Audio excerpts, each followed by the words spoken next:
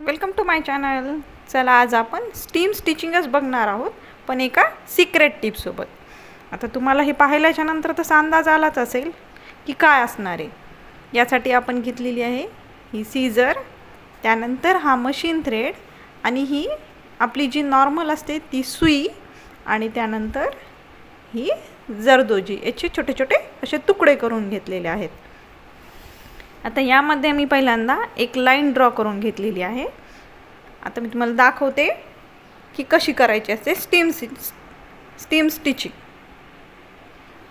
आता यामध्ये मी पहिल्यांदा सुईमधून दोरा घालून तो या लाईनच्या खालून वरती काढलेला आहे या पद्धतीने. त्यानंतर एक गोल्डन कलरची जरी थ्रेड घेतलेली आहे ती त्यामध्ये टाकते या पद्धतीने, आणि बरोबर त्या लाईनवरती स्टिच करून घ्यायचं या पद्धतीने. आता पुन्हा स्टिच करताना पहिल्यांदा पुढे घ्यायचं या साईडला, तिथून सुई वरती काढायची.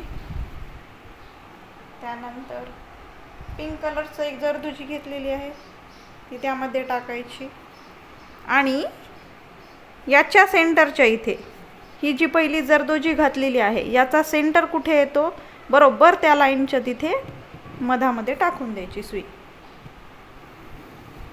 या पद्धतीने. पुन्हा अजून पहिल्यांदा पुढून सुई काढून घ्यायची या पद्धतीने. त्यामध्ये पुन्हा एक गोल्डन कलरचं जरदोजी टाकू. याच्या पण सेंटरला जायचं, बरोबर त्या लाईनच्या तिथे सुई खाली टाकून या पद्धतीने.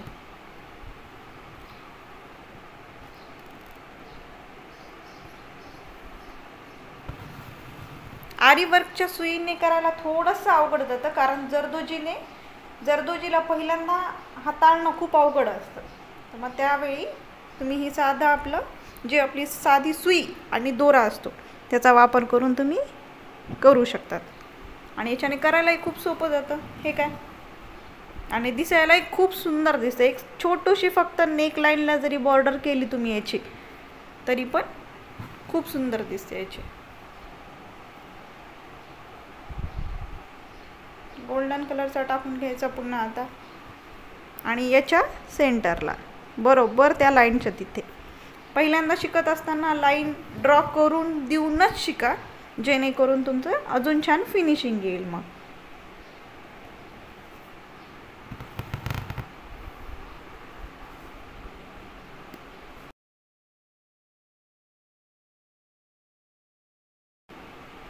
आणि हे असं दोन कॉन्ट्रास्ट कलरमध्ये जर घेतलात तर अजून खूप सुंदर दिसते.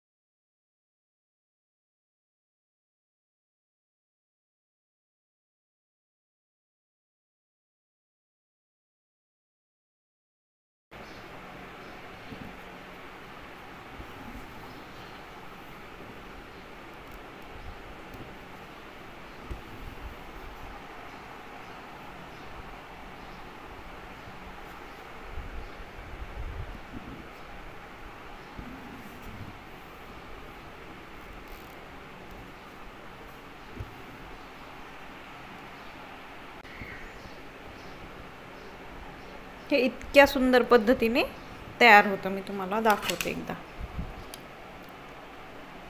खूप सुंदर दिसते. याची नेकलाईनला बॉर्डर फक्त केलेली जर काही तुम्हाला शंका आली किंवा अडचण जर असेल तुम्ही मला कमेंट सेक्शनमध्ये सांगू शकता. Thank you for watching.